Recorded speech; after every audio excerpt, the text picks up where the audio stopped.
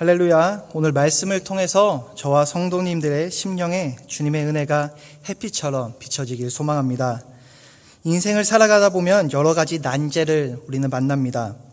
인생의 난제는 나이가 적으면 적은 대로, 나이가 많으면 많은 대로, 그리고 가난한 사람은 가난한 대로, 부자는 부자대로, 남자는 남자대로, 여자는 여자대로, 모든 사람들이 인생을 살아가다 보면 그에 맞는 난제를 만나게 됩니다. 설교를 준비하면서 다른 사람들은 어떠한 난제를 가지고 살아갈까라는 고민이 생겼고 네이버 지식인에 검색을 해봤습니다. 그러니까 중학교 2학년 여자친구가 올린 자신의 인생의 최대의 난제라고 하는 글이 올라와 있었는데 글을 보면서 너무 귀엽기도 하고 재밌기도 해서 제가 가져와 봤습니다. 제목부터 아주 비장합니다. 제 인생 최대의 난제를 풀어주세요. 중학교 2학년 여자친구의 글입니다.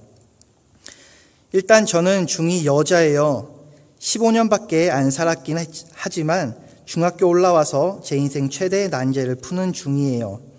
근데 아무리 생각해도 모르겠어요. 일단 부모님은 저를 예쁘다고 해주십니다. 네, 진지한 내용이 아니죠. 조금 웃긴 내용입니다. 그런데 솔직히 부모님들은 자식 보고 예쁘다고 하잖아요. 그래서 그 말을 못 믿겠어요. 진짜 친한 친구한테 물어봤는데 예쁘게 생겼다고 하더라고요. 남자친구가 없는 게 이상하다고 하고 다른 친구들이랑 첫인상 말하기 했는데 다들 첫인상이 제가 이쁘게 생겼다고 하더라고요. 근데 그 말이 막 엄청 진심이 담긴 것 같지 않아서 그것도 못 믿겠고 제가 거울로 보는 제 얼굴은 이쁘게 생긴 것 같은데 카메라로 찍으면 진짜 이상하게 나와서 저는 이쁜 게 아니구나라는 걸 새삼 느꼈어요. 저랑 자랑 같은 건 아니고 진짜 진심으로 하는 이야기예요. 초등학생 때는 고백도 조금 받았는데 중학교 올라와서는 한 번도 못 받아봤고 거의 아싸예요. 이런 말 하기에는 조금 조심스럽기도 하고 미안하기도 하지만 설명을 위해서 어쩔 수 없이 말하자면 저는 키도 167 정도로 또래 중에서 큰 편이고 비율도 좋아요. 이런 내용이 쭉쭉쭉 적혀 있습니다. 그리고 쭉 보면 그러는 거 보면 저는 왜 남자친구가 없는지 모르겠어요. 고백도 안 받아봤고 남자애들이 저한테 관심이 하나도 없어요. 저는 왜 고백도 못 받고 남자친구도 없는 걸까요? 인성이 글러먹은 걸까요? 매력이 없는 걸까요? 아니면 뭘까요? 라는 그런 고민의 글을 인생 최대의 난제라는 제목으로 올라왔습니다. 이 시기를 지난 우리들이 보기에는 이 친구의 고민이 너무나 귀엽고 재미있는데 당사자에게는 제목에 드러나듯이 인생 최대의 난제를 풀어가는 과정 중일 겁니다. 그렇다면 이 친구가 인생 최대의 난제라고 하는 이성 문제의 답을 찾으면 이제 그 친구에게 인생의 난제는 없어지는 것일까? 그렇지 않은 것을 우리는 알고 있습니다. 고등학생이 되면 어느 대학에 가야 할지, 대학을 졸업하면 어디에 취업을 해야 될지, 취업을 하고 나면 누구와 결혼을 하고 또 결혼을 해야 하는지 등등등 계속해서 인생의 난제들은 우리에게 찾아옵니다. 그런데 우리 잘 생각해보면 난제라고 하는 것은 그 문제에 대해서 우리가 진지하고 깊게 고민하고 생각하고 있다는 증거인 것 같습니다. 내가 이성에 대해서 고민을 하고 취업에 대해서 고민을 하고 결혼에 대해서 고민을 하고 자식에 대해서 고민을 하고 노후에 대해서 그리고 그 이후의 삶의 죽음에 대해서 고민을 진지하게 생각을 했을 때 그 문제들이 나에게 난제로 다가옵니다. 즉 인생을 살면서 난제를 많이 그리고 깊게 겪은 사람은 누구보다 그 인생을 진지하게 살아가는 사람이라고 생각을 합니다. 그렇다면 여기서 성도님들께 한 가지 질문을 드릴 건데요. 각자 속으로 답변을 해주시면 됩니다. 지금까지 신앙생활을 하면서 마주하였던 신앙생활의 난제는 어떤 것들이 있었습니까? 속으로 생각하고 계신 거죠? 네. 누구나 신앙생활을 하면서 해답을 찾지 못하거나 고민을 하던 난제들이 있을 것입니다. 그리고 그 난제들 중에서 일부는 신앙생활을 하면서 해결된 것이 있을 것이고 또 다른 일부는 아직 해결하지 못해서 고민하는 것이 있을 수 있습니다. 또 다른 일부는 해결은 하지 못했지만 더 이상 그것이 나에게 난제로, 즉 진지하게 고민해야 할 문제가 아니게 되어서 기억 속에서 잊혀져 갔던 우리들의 난제도 있을 것입니다. 오늘 본문의 말씀은 제 삶에서 그리고 제 신앙생활에서 아주 중요했던 난제였습니다. 그리고 아마 여기 계신 분들 중에서도 많은 분들이 오늘의 본문 말씀을 두고 고민을 하셨을 거라 생각을 합니다. 오늘 본문의 말씀을 해결하지 못하고 살아갔던 성도님들이 이 중에 혹시 계시다면 오늘 설교를 들으면서 그 해답의 실마리를 찾아가길 소망합니다. 제가 오늘의 말씀 한 번 더 읽어드리겠습니다. 항상 기뻐하라, 쉬지 말고 기도하라, 범사에 감사하라, 이것이 그리스도 예수 안에서 너희를 향하신 하나님의 뜻이니라. 기독교는 자기 수련의 종교가 아닙니다. 자아 성찰만 하고 끝나는 종교도 아니고 하나님을 믿습니다라고 고백만 하면 되는 종교는 더더욱 아닙니다. 또한 산속에 은거하면서 도사들처럼 심신을 수련하는 그런 종교는 더더욱 아닙니다. 기독교의 핵심은 행함에 있습니다. 내가 믿고 입으로 고백하는 주님과 주님의 뜻을 행해야 합니다. 만약 주님을 믿는다고 하면서도 주님의 뜻을 행하지 않는다면 그 사람의 믿음은 죽은 믿음일 것입니다. 그 죽은 믿음은 믿음이 없다는 뜻이기도 합니다. 이 말씀이 제게 난제였던 이유는 제가 그렇게 살아가지 못하였기 때문에 저에게 난제로 찾아왔습니다. 당시에 저는 교회를 열심히도 다녔고 봉사를 열심히도 했는데 저의 내면은 항상 기뻐하지 못하였고 끊임없이 기도하지 못하였고 모든 것에 감사할 수 없었습니다. 그렇기에 하나님의 뜻이라고 성경에서 명확하게 나온 오늘 본문의 말씀을 지키지 못하고 살아가는 저는 믿음이 없는 상태여 죄의 삭은 사망이라고 하는 것처럼 지옥에 갈 수밖에 없는 상태였습니다. 사람은 자신이 받아들일 수 없는 것에 대해서는 자기 합리화라는 것을 하는데 저 또한 이 문제에 대해서 해결할 방법을 도저히 찾지 못하다 보니까 자기 합리화를 하게 되었고 제가 택했던 방법은 성경을 일종의 도덕책처럼 여기게 되었습니다. 성경을 도덕책처럼 보았다는 것이 무슨 말이냐 하면 도덕책에는 거짓말을 하면 안 된다라고 명확하게 적혀 있습니다. 어릴 적에 도덕을 배울 때는 그렇구나, 내가 거짓말을 하면 안 되구나 하고 거짓말을 하지 않기 위해서 또 그 어린 아이들한테 거짓말을 하라고 하면 양심의 무슨 가책을 느끼는 듯이 거짓말을 하지 않으려고 그 본성에서부터 노력을 하는 것 같습니다. 그러나 시간이 지나고 나이가 들면서 우리는 점차 거짓말을 하게 되고 어느 순간 어릴 때 배웠던 거짓말을 하면 안 된다는 그 가르침이 그저 하나의 원론이 되어서 살아가다 보면 한 번씩 필요에 의해서 거짓말을 할 수밖에 없다고 생각을 하게 되고 또 그것이 마치도 인생을 점점 알아가는 어른이 되어가는 과정인 것 마냥 우리는 합리화를 하기 시작합니다. 성경의 내용들이 실제로는 지킬 수 없는 그러한 원론들을 다루고 있었다고 저는 생각을 해왔습니다. 네, 너무 다들 진지한 것 같아서 저만 이런 고민을 한 게 아니죠. 다들 아마 이 대목을 읽으면서 오늘 본문 말씀을 읽으면서 나도 그렇게 살아가지 못했는데 라는 생각을 아마 했을 것 같습니다. 네, 저만 나쁜 사람 아니죠. 우리 모두 죄인 맞잖아요. 네. 그런데 이렇게 생각하다 보면 마음은 편안해질 수 있습니다. 그러나 성경을 지킬 수 없는 도덕책으로 생각하다 보니 점차 제가 눈치채지도 못하게 제가 알아차리지도 못하는 어느 순간에 성경이 자연스레 저에게 권위가 없는 책이 되고 말았습니다. 조금 더 과장해서 말하면 성경에 나오는 역사들이 다 사실이 아니고 그저 허울 좋게 꾸며낸 이야기로만 저는 받아들이게 되었습니다. 이런 사실을 뒷받침해 주던 것이 있었는데 그것은 당시에 제가 보았던 교인들의 타락하던 모습, 장로님 그리고 목회자의 타락된 모습들이 그것을 저에게 뒷받침해 주었습니다. 장로님도 목회자도 성경에서 얘기하는 것처럼 그렇게 살아가지 못하는데 역시 성경의 내용들은 그저 도덕책에 지나지 않는구나, 그렇게 확신을 가지게 되었습니다. 그렇게 타락해가는 저의 상태를 알게 된 것이 제가 신학을 배우던 대학생 때였는데요. 그렇다고 교회를 떠나지는 않았습니다. 교회에서 그리고 신학교에서 알게 된 친구들이랑 노는 것이 그때 당시에 그리고 지금도 그렇고 너무나 재미있었고, 교회에서 찬양단을 하는 것이 마치 사회인 밴드를 하는 것처럼 기독교 문화는 제 삶의 일부분이었기 때문에 믿음이 있고 없고와의 별개로 계속해서 교회에서 생활은 열심히 하고, 성경이 저에게 권위가 없어졌기 때문에 죄는 죄대로 지으면서 점차적으로 양심의 가책도 들지 않기 시작했습니다.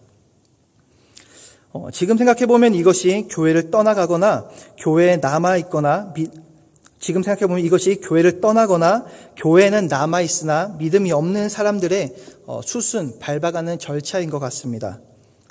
저도 그렇게 교회에는 다니나 마음으로는 교회를 떠난 이처럼 살아갔습니다.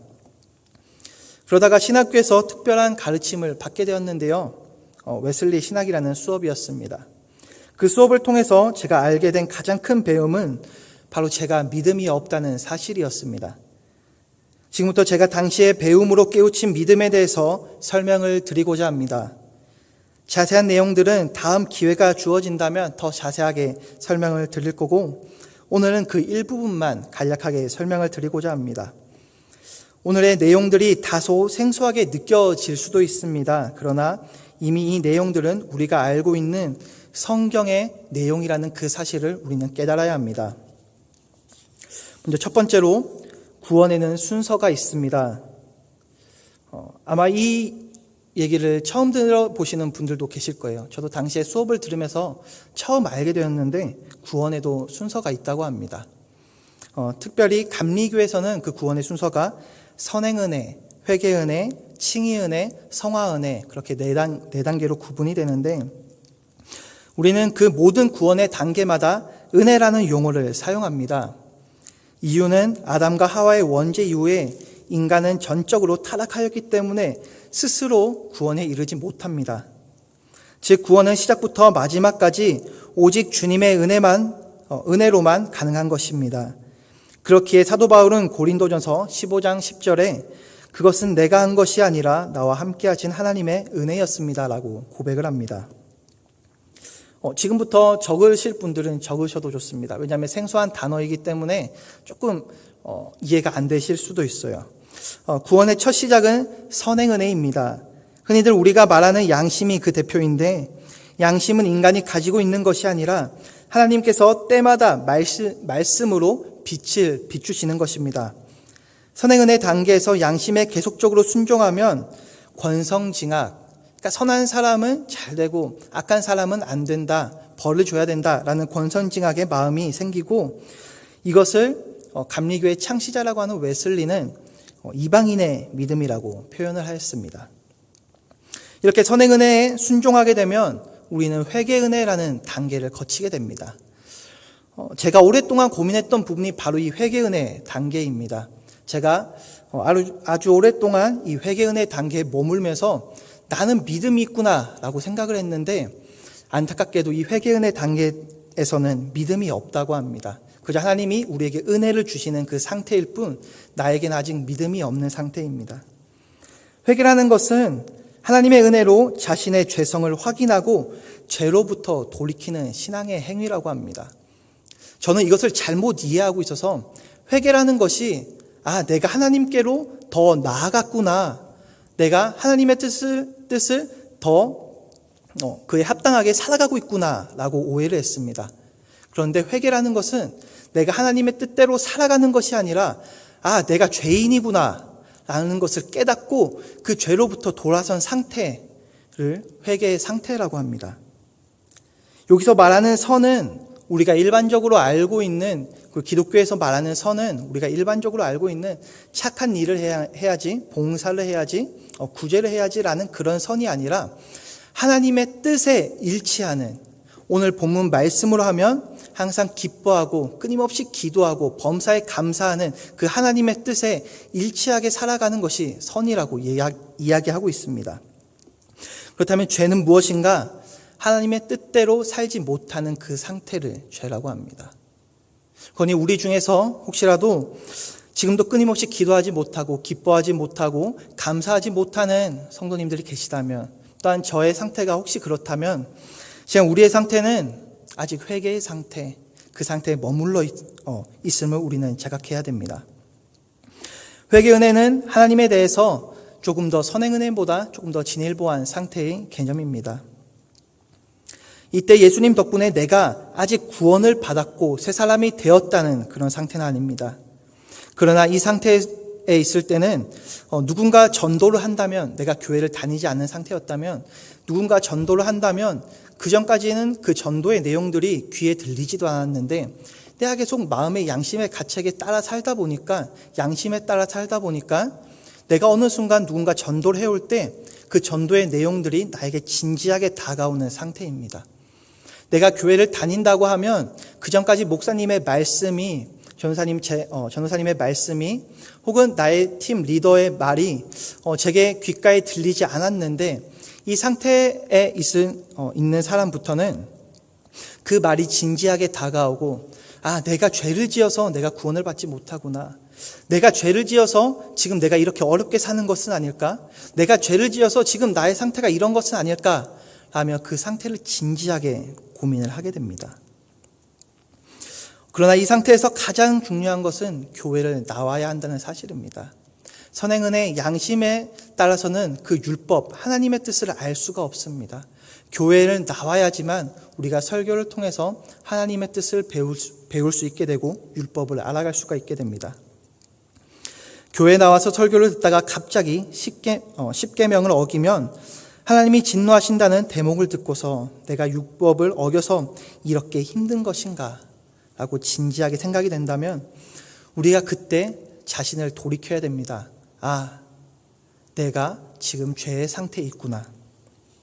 웨슬리는 이때 상태의 믿음을 종의 믿음이라고 합니다. 아직은 아들의 믿음이 아닌 상태입니다. 이 회개의 은혜를 제가 경험하지 못했다면 저도 그냥 지나갔을 것 같습니다. 그런데 하나님께서 너무나도 감사하게 저에게 이 회개의 은혜를 아주 강렬하게 경험을 시켜주셨습니다. 저는 중학교 3학년 수련회 때 하나님을 만나는 경험, 그러니까 기도하면서 처음으로 울어봤던 그런 경험을 하게 되었는데, 당시에 저는 아주 특별한 경험을 했습니다. 제가 눈물 흘리며 기도하며 내가 무슨 죄를 지었는지는 모르겠지만 하나님 죄송합니다 하면서 계속해서 하염없이 눈물을 흘리는데, 당시에 수련회 때 저랑 같이 갔던 옆에 친구가 한 명 있었는데, 그 친구가 지능이 조금 떨어지는 친구였습니다.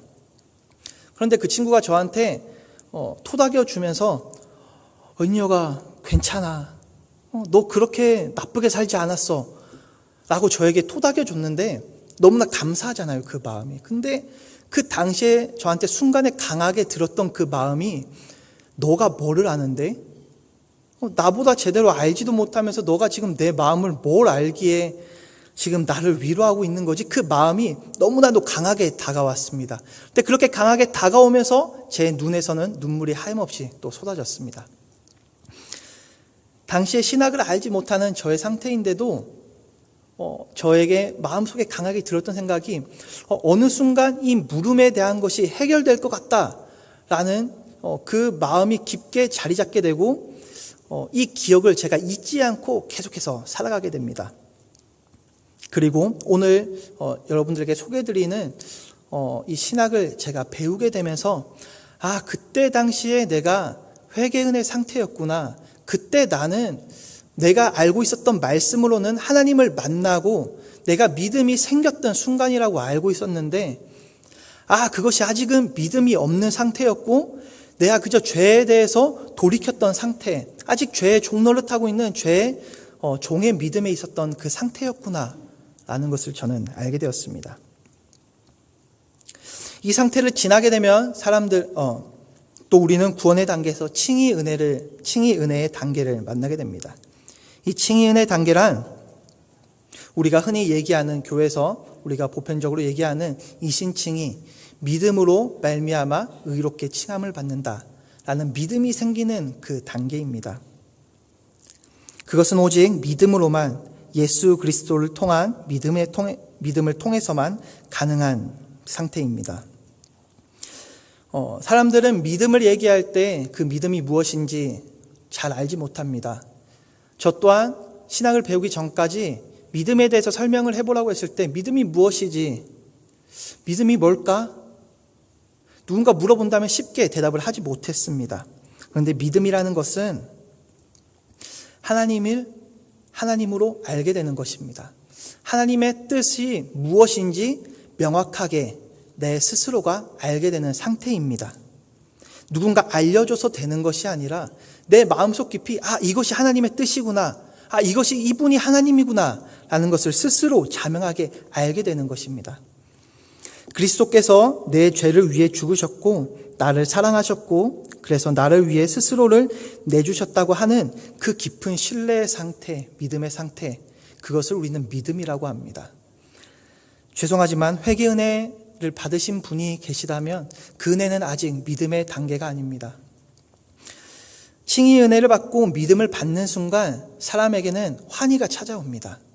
세상이 줄 수 없는 그 큰 기쁨, 저는 그 전까지 그걸로 오해해서 큰 기쁨을 맛보지 못했는데 그저 그 울었던 그 사건이 저에게 큰 기쁨인 줄 알고 그런데 생각을 해보니 그 정도의 기쁨은 내가 슬픈 영화를 보면서도 내가 종종 그런 것을 느낄 때가 있는데 라면서 고민이 참 많았었는데 제가 이 신학을 배우면서 알게 됐던 가장 큰 기쁨이 내가 믿음이 있구나라는 것을 기뻐한 것이 아니라 내가 믿음이 없는 상태였구나, 다행이다, 하나님을 믿는 것이 이 정도에서 끝나는 것이 아니었구나라는 것을 깨닫게 되었던 사건입니다. 웨슬리라는 감리교회 창시자가 회심한 사건이 있습니다. 웨슬리는 그 당시에 회심한 사건을 이렇게 이야기합니다. 구원받기 위해 오직 그리스도만을 믿고 있다는 느낌이 강력하게 나에게 왔습니다. 그리고 그리스도를 말미암아 내 죄가 씻겼고 내가 죄와 사망의 법에서 벗겨졌다는 사실을 확실하게 깨닫게 되었습니다.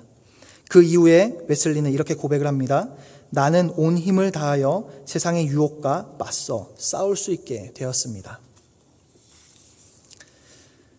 우리는 기뻐해야 됩니다.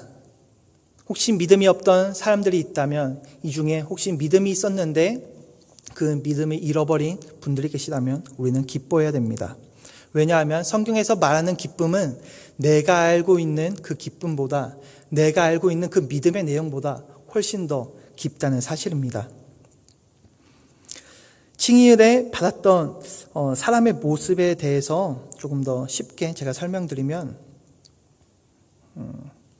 저에게 이것을 알려주신 교수님께서 이런 설명을 해주셨습니다. 본인은 목사이면서 그리고 교수이면서 이 회개 은혜 상태에 있을 때 본인은 알고 보니까 남자들이 가장 죄를 쉽게 죄지을 수 있는 것이 아마 저는 음욕의 죄라고 생각을 합니다. 지나가는 목사인데 내가 교수인데 지나가는 헐벗은 여자, 요즘엔 특히나 여름 되면 더 짧게 입고 오죠. 그런 여자를 보면 자신도 모르게 마음에서 음욕이 생겼다고 합니다. 그런데 자기가 칭의 은혜, 그러니까 믿음이 생기고 나서 똑같은 상황에서 그런 여성분을 마주하게 됐는데 음욕의 마음을 품는 것이 아니라 그 안에서 기도가 나왔다고 합니다. 저 여성을 위해서 하나님, 춥지 않게, 헐벗지 않게 그 여성의 그 여성이 주님께 구원을 받기를 소망한다는 그런 기도가 자신도 모르게 나왔다고 합니다. 참, 이 얘기를 저는 들으면서 그런 마음이 생길 수가 있는 거구나, 저는 그때 알게 되었습니다. 또 여성의 분들은 어떤 예시가 있을까요? 여성의 분들은 아마 제일 하기 힘든 것이 남을 시샘하고 탐하는 그 마음이 여성분들에게는 아마 가장 좀 강하게 자리 잡는 그 죄를 짓기 쉬운 마음일 겁니다. 그런데 이 칭의 은혜, 믿음을 받고 나면 누군가 잘 됐다는 소식을 들으면 내가 배 아파하는 것이 아니라, 누군가 잘 풀렸다는 소식을 들으면 내가 배 아파하는 것이 아니라, 내가 노력에 의해서 내가 저 사람을 위해 칭찬을 해줘야지 라는 것이 아니라 내 마음속 깊은 곳에서부터 정말 잘 되었다라는 그런 축복이 내 마음에서 깊숙한 곳에서부터 흘러나온다고 합니다. 그리고 뿐만 아니라 그 잘된 것 이상을 더 넘어서 저 사람도 구원을 받았으면 좋겠다라는 그 측은지심의 마음까지 흘러나온다고 합니다. 이 얘기를 듣고 저는 의심이 많거든요. 그래서 다 믿지를 못했어요. 그래서 당시에 제가 다니고 있던 교회에 찾아가서, 그리고 당시에 제가 다니고 있던 교회뿐만 아니라 제가 맺고 있는 여러 사람들 중에 저분은 내가 알고 있는 모든 사람들 중에서 정말 믿음이 있는 사람들인 것 같다라는 그 몇 분을 찾아가서 제가 물어보기 시작합니다. 오늘 다 설명은 못 드렸지만 이런 상태에 있을 때 이런 경험을 한다고 합니다. 이런 경험을 한다고 하는데 그런 경험 해보신 적 있나요? 라고 물어봤을 때 정말 신기한 것은 그런 분들이 제가 알고 배웠던 것을 실제로 경험을 했다는 것입니다. 저는 그저 교수님이 혹시 또 좋은 이야기를 하는 것이 아닐까, 내가 성경을 도덕책처럼 이해한 것처럼 그렇게 이야기하는 것은 아닐까라는 의심을 했었는데 제 눈에 봤을 때 정말 믿음이 없이는 저렇게 살 수가 없겠다라는 분에게 물어보니 그러한 경험을 했다고 합니다.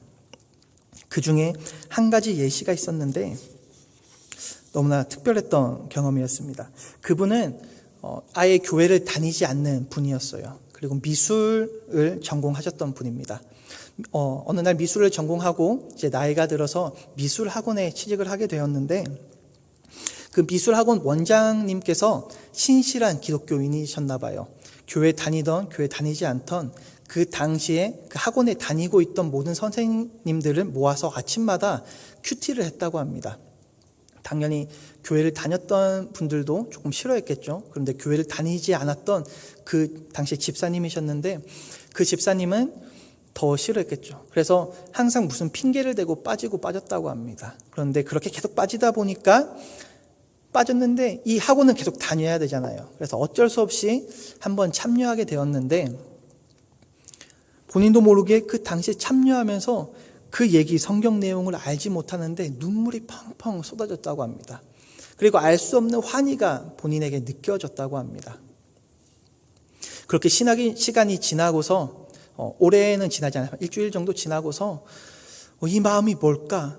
그 당시 큐티의 생활을 접고서도 그 이후에도 계속 자기 마음속에 드는 이 마음이 뭘까 고민하던 그 선생님이 원장 선생님을 찾아가서 물었다고 합니다. 선생님, 제가 선생님이랑 큐티를 하고 나서 마음에 이런 마음이 드는데 저는 이 마음 상태가 뭔지 잘 모르겠어요. 제가 교회를 다니지 않아서 무슨 상태인지 잘 모르겠다고 했습니다. 그러자 그 원장 선생님도 본인이 다니던 교회 담임 목사님을 소개해 주면서 이 담임 목사님에게 한번 찾아가 보라고 권유를 하게 되었고 이 집사님이 담임 목사님을 만나게 되었고 담임 목사님이 성경의 내용들을 읊어주면서 또 성경을 읽어보라고 하면서 그 성경을 주었는데 더욱 놀라운 것은 이 성경을 읽는데 마치도 자기 일기장을 읽는 것처럼 자신의 상태가 자세하게 묘사가 돼 있었다고 하는 것입니다. 우리는 흔히들 성경을 읽을 때 이 책이 그냥 역사책인 것처럼 우리는 성경을 읽을 때 이 책이 그냥 읽으라고 하니까 감흥 없이 그냥 읽는 사람들이 많이 있습니다. 그러나 주님을 만났던 사람은 성경을 읽었을 때 자신의 일기장처럼 그 내용이 자신이 경험했던 그 내용들이 상세하게 적혀 있었다고 합니다. 그 말을 듣고 저는 더 이상 부정을 할 수가 없겠죠. 진짜 이것이 믿음이구나. 믿음이 있는 것이구나. 그 이후에도 몇몇 사람을 더 찾아가서 물었습니다.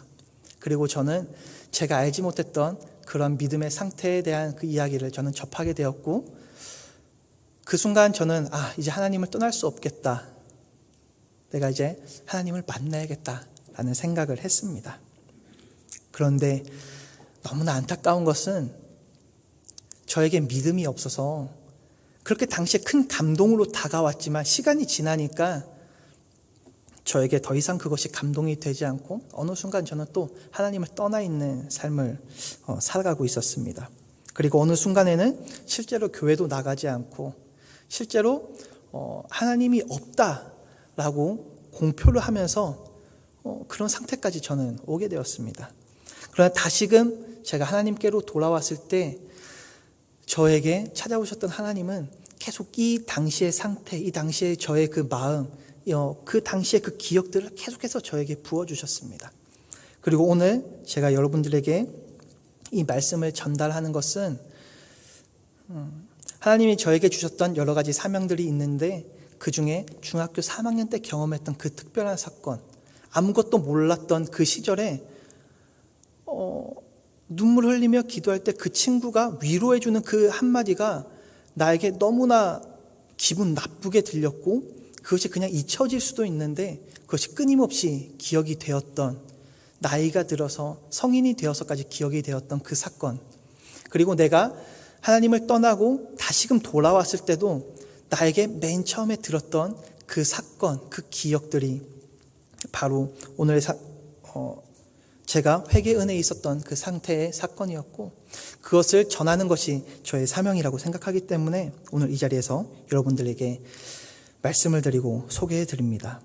우리는 낙심하지 않아도 됩니다. 우리는 기대하고 기뻐해야 됩니다.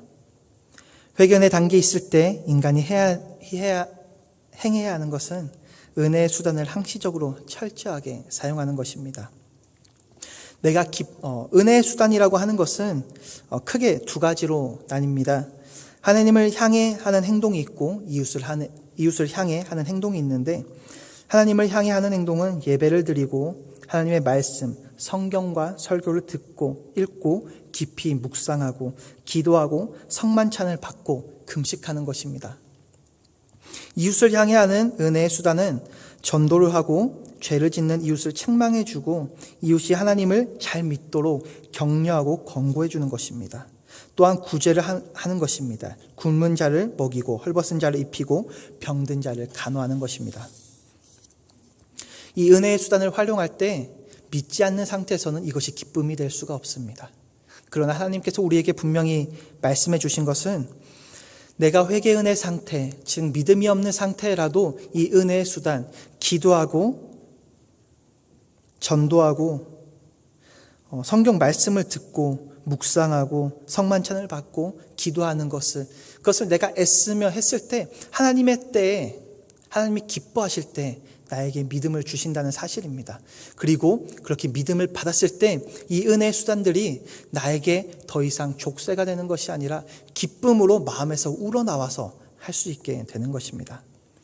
오늘의 말씀을 정리하고자 합니다. 인생에는 많은 난제들이 있습니다.